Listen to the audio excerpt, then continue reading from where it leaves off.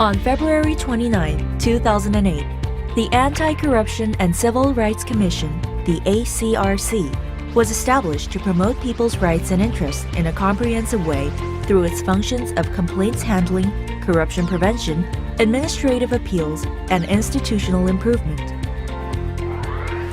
The ACRC is led by 15 commissioners, including the chairperson and 3 vice chairpersons. We have about 500 staffs. The ACRC's major functions are complaint handling, anti-corruption, administrative appeals, and institutional improvements. When citizens, including foreigners in Korea, suffered any inconvenience or when their rights are violated due to illegal or unreasonable administrative actions, systems, or practices, they can file complaints or administrative appeals with the ACRC, aside from a lawsuit with the court. The ACRC's decision on administrative appeals is legally binding on government agencies. However, the scope of matters subject to administrative appeals are narrower than complaints. As for the anti-corruption function, the ACRC is the national anti-corruption body in Korea, formulating and coordinating anti-corruption policies across the government, as well as enhancing public awareness of anti-corruption issues. The ACRC is also responsible for improving laws and administrative systems in order to prevent complaints and corruption. What has the ACRC done for the past 9 years since its establishment? The ACRC, as a government policy improvement body, has prevented and corrected illegal, unfair, unjust, and corrupt practices that lead to poor administrative services, causing public inconveniences and grievances. Prior to the creation of the ACRC, people had to visit different agencies to file complaints, report corruption and public interest violations, and get counseling of administrative appeals. Now, the ACRC serves as a one-stop window for all of these 4 services.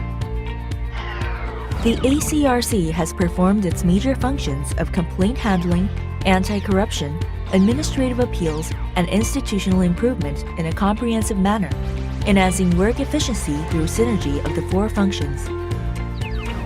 The ACRC has actively communicated with the public through government-wide communication system. The ACRC integrated or linked e-people and 110 government call center with other agencies' complaint handling windows, providing more convenient one-stop service. Every year, the ACRC analyzed more than 2.3 million complaints received through e-people and provided the results to relevant agencies, thereby promptly reflecting people's voices in government policies. Out of 370,000 suggestions proposed by the people, the ACRC reflected 150,000 in government policies. We received about 42,300 people's opinions on government's major policies through e-People's policy discussion.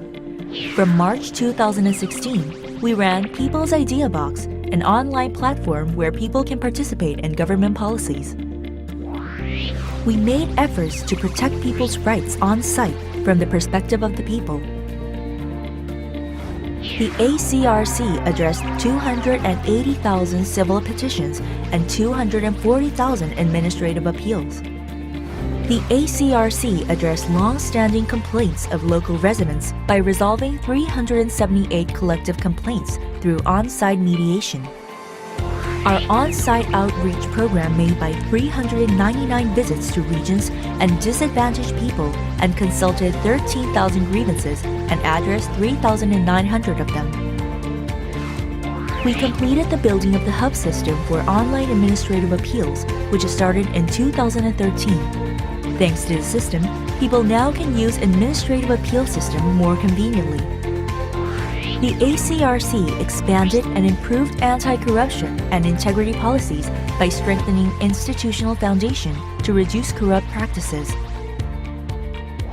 The ACRC enforced the Improper Solicitation and Graft Act in September 2016, and the share of Koreans seeing the law a step in the right direction rose to 85%.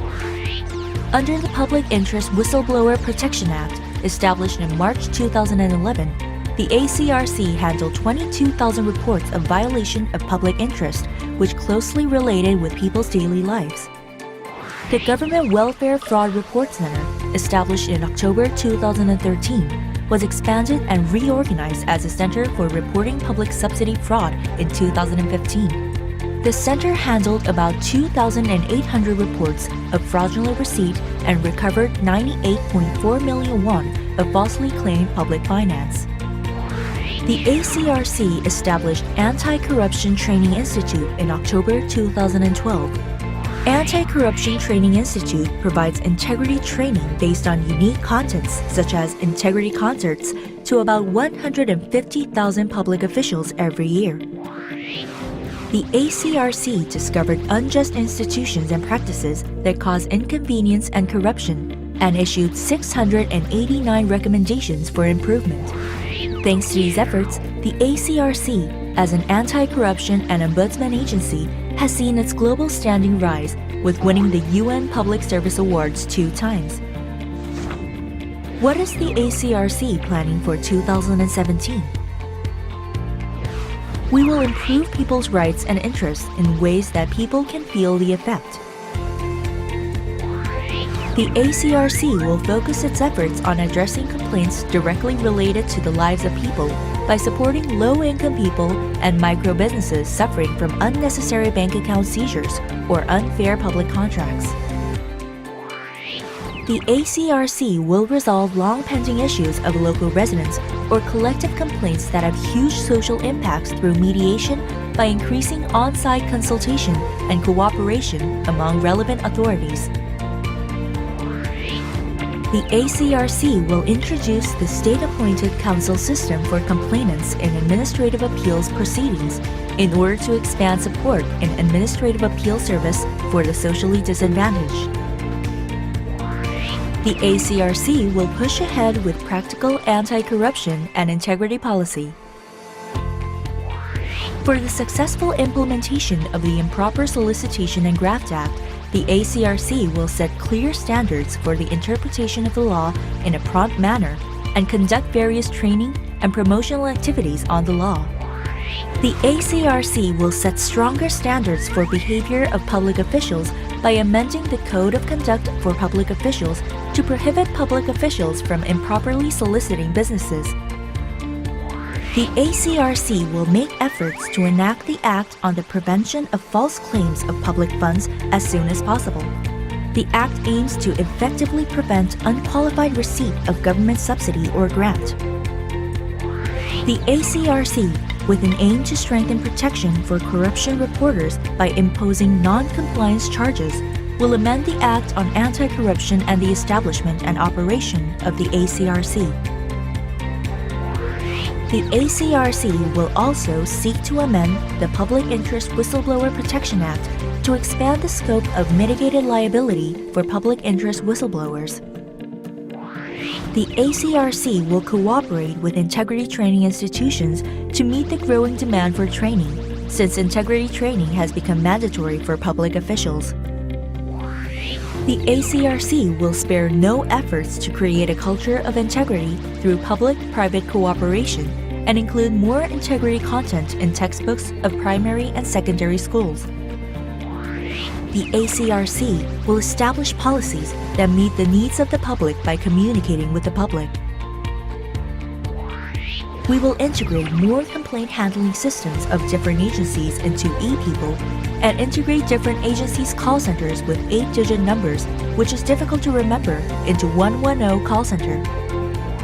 The ACRC will conduct in-depth analysis of people's voices in the ACRC receives. The ACRC will strengthen follow-up management to ensure that ACRC's recommendations and decisions lead to improvement of people's rights so that people can feel the difference.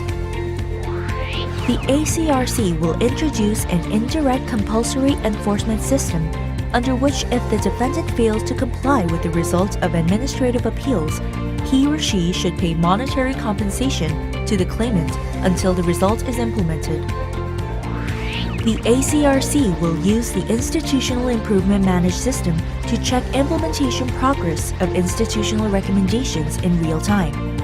The ACRC will disclose the cases of unimplemented corrective recommendations to more media outlets. In 2017, the ACRC will push forward with the measures to protect people's interests and rights and prevent corruption in an even more practical way so that we can make our society more transparent and fairer and our government more credible.